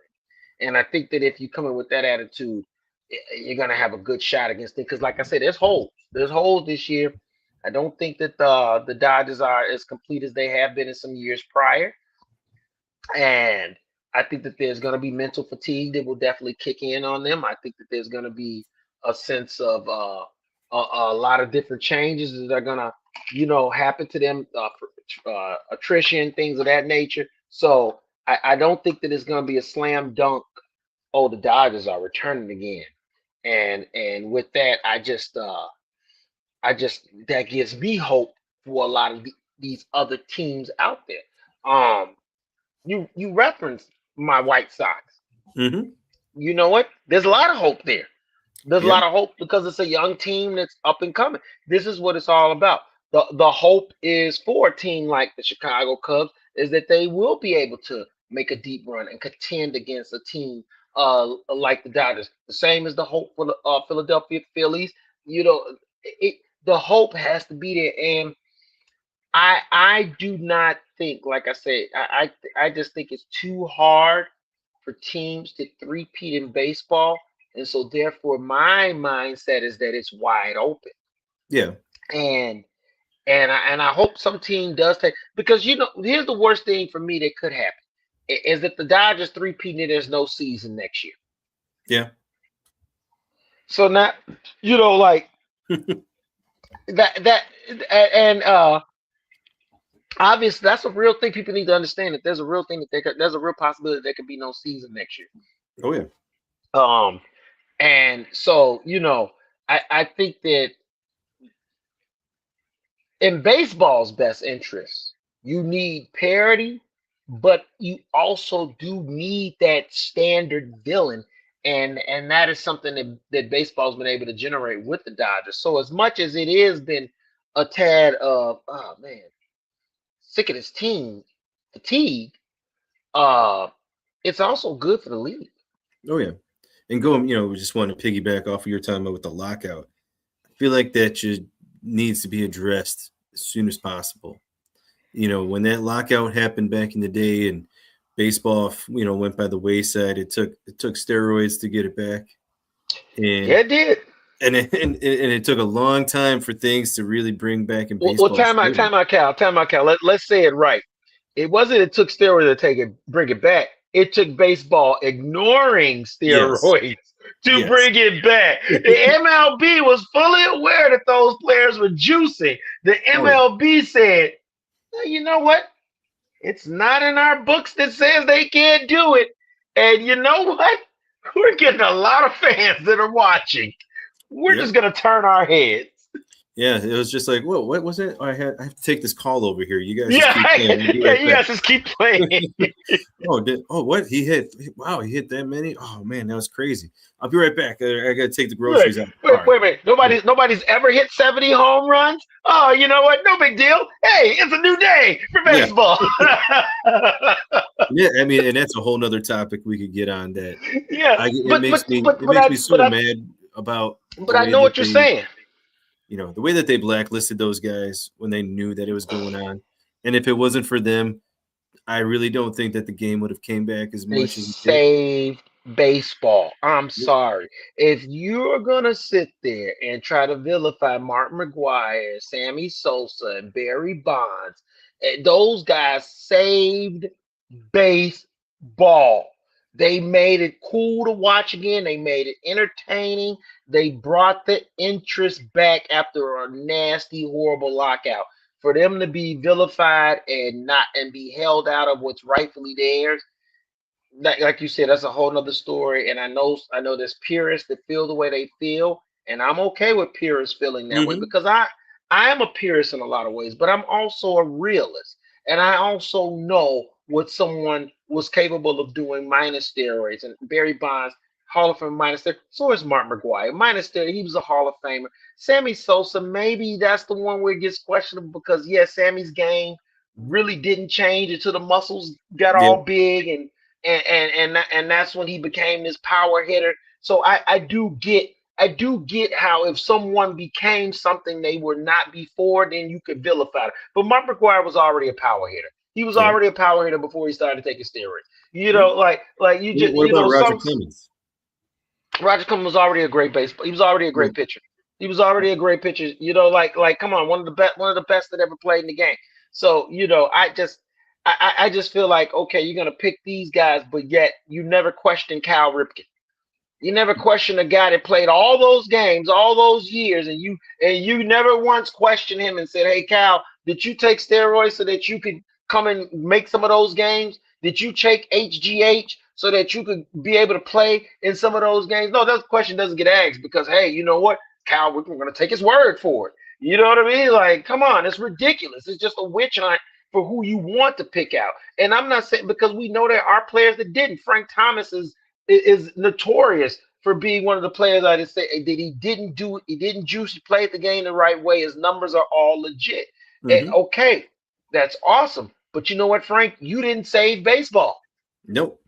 I'm just being real. So I really do hope that they don't have a lockout because you obviously can't use steroids again to bring yourself back. Yeah. And so, no, I think that, but at the same time, this is exactly what we're talking about when we talk about how this Dodgers team is just loaded and other teams can't even compete. Like I said, for me to sit and try to say, oh man, the New York Mets aren't living up to their part of the deal because they're not spending as much. They can't spend as much as the Dodgers. The Cincinnati Reds, they're not doing. They cannot spend as much as the Dodgers. The Pittsburgh Pirates cannot spend as much as the Dodgers. So it does need to be something done. The problem is that, like I tell anybody, if you let someone enjoy something in the beginning, it's hard to change it on the back end. Yep. Okay. If you want rules established, you better establish them in the front door. Take it from a man that's been married. Okay. if you want things right, you better establish it in the front door. Don't wait years down the line and start saying, "Hey, we need to change this." That's gonna go over bad. And the biggest problem with baseball is that they never had a salary cap, and it was a gentleman's agreement. Yep. You know, and most teams pretty much generated about the same. Most teams were generating, but then TV deals started to come into play. And baseball doesn't share a national TV deal like the NFL and the NBA does, where every team gets a kick of that. No, MLB's television deals are all separate. They have their own separate deals. So when I tell you that the Dodgers making more money are making more money than the San Diego Padres. Trust me, they're making more money than the San Diego Padres. Okay, Yep. it's just how it is. And so you do have to make it fair. It is on any league to make sure that the competitive competition is even. It is imperative on any league to do that. You have to make sure that the competitive competition is even. That's the whole reason why lotteries even exist, why drafts even exist the way they exist, because the bad teams need to be able to get better Mm-hmm. and be able to even themselves out with the really good teams.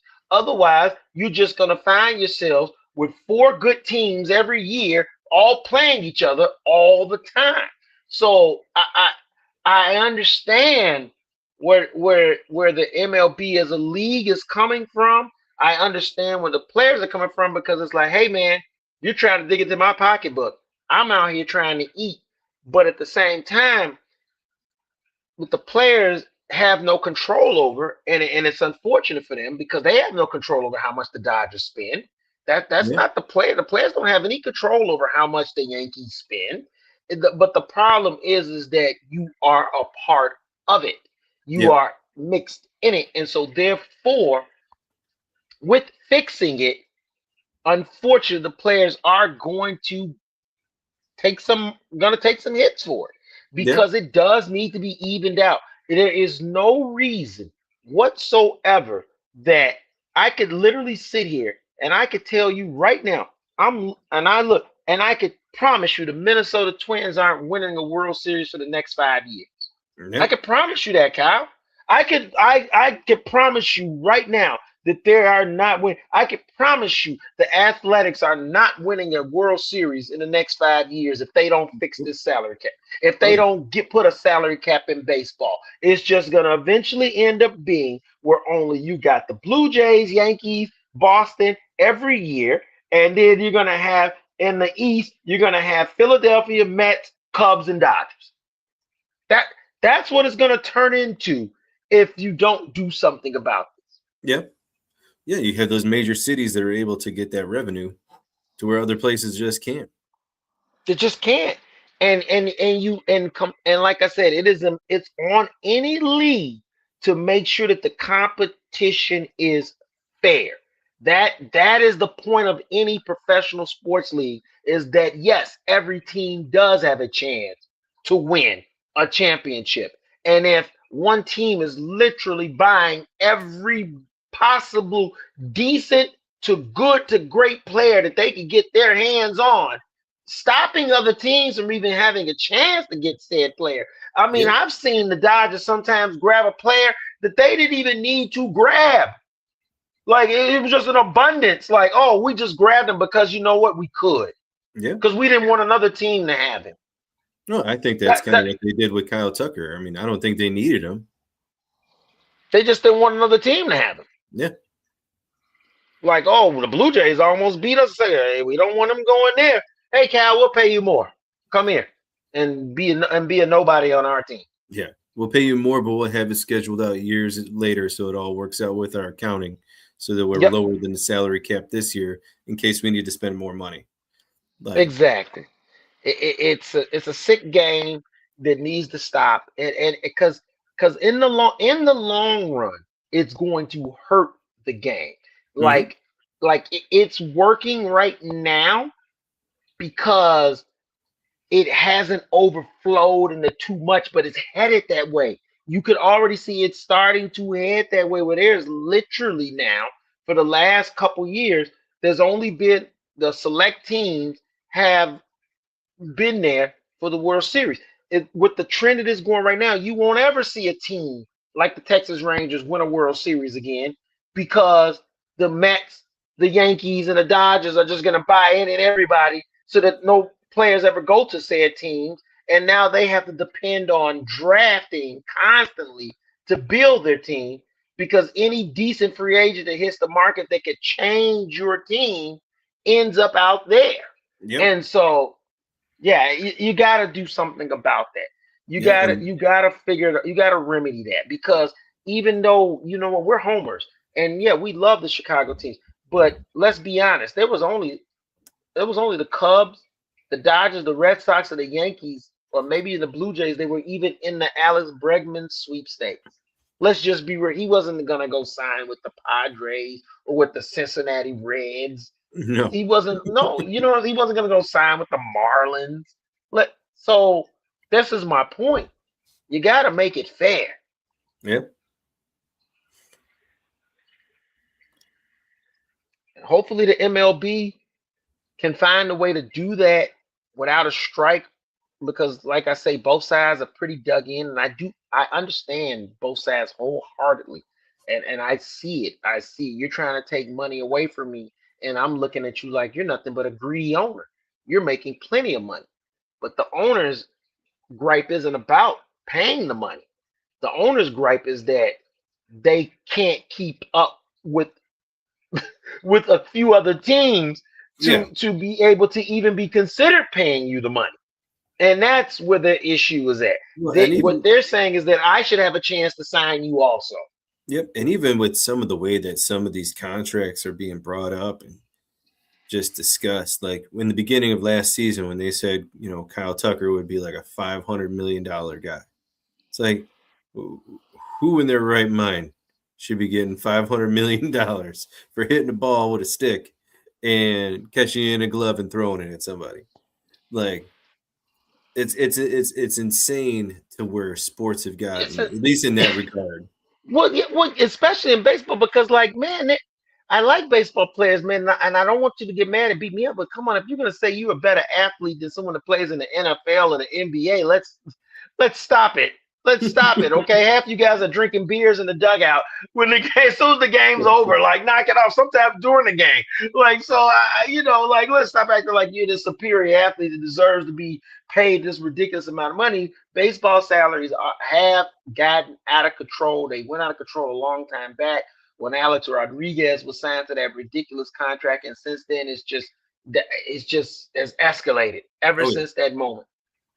Yep. And I think that now they have to find a way to get this back under control. And I hope that a season isn't sacrificed, because, like I said, the excitement that I'm feeling for this season, that I'm ready for, I want that energy to continue, because I'm a baseball guy. I grew up baseball. I love football. I love basketball. But baseball is always going to have a place in me. I grew up playing baseball as a kid. It's probably the first sport I learned to play. My dad played baseball. I love the sport of baseball, and I never want to see it lose its luster, like I was afraid that it was losing, and I was glad to see it get back. Hopefully, they won't throw that all away. Well, and that's the problem. If it does, head down that road to being a lockout and it stops, do we have the stars? Do we have the ability for these guys to then, once it is not locked down anymore, to bring it back? Do they have the star power to bring this stuff back and make it more enjoyable? Or where it's like that the original lockout, back then with the steroid boys, like they came up and are like, hey, we'll just start hitting bombs. People love watching bombs, right? Boom, boom, boom, boom, boom. I don't know if these guys now, unless they just keep going to social media and making TikToks and everything, trying to get people back to the field, but they're at a pivotal spot where it's like they finally got baseball back. Baseball is interesting. You got the World Baseball Classic coming up. You have all these other things that you have going on to where it's like, man, we need to make a deal. We can't lose it. We can't lose it as the players, and the owners can't lose it either, because either one, it's going to be really hard to get back. Definitely, man. Once again, this is Unfiltered Sports with Mac and Cal on Prime Cover Sports Network. Join us every Monday, 6 p.m. to 8 p.m. Central Time, 7 to 9 on the East Coast, and on the West Coast, we're 5 to 7. Make sure you come and tune in, because we love giving you nothing but the Unfiltered Sports here on Prime Cover Sports Network. We'll see you guys again next Monday. We're out. Later. Yeah, hey, drop.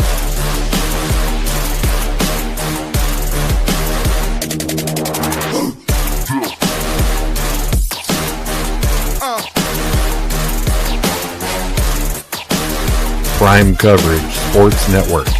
Real coverage, real conversation.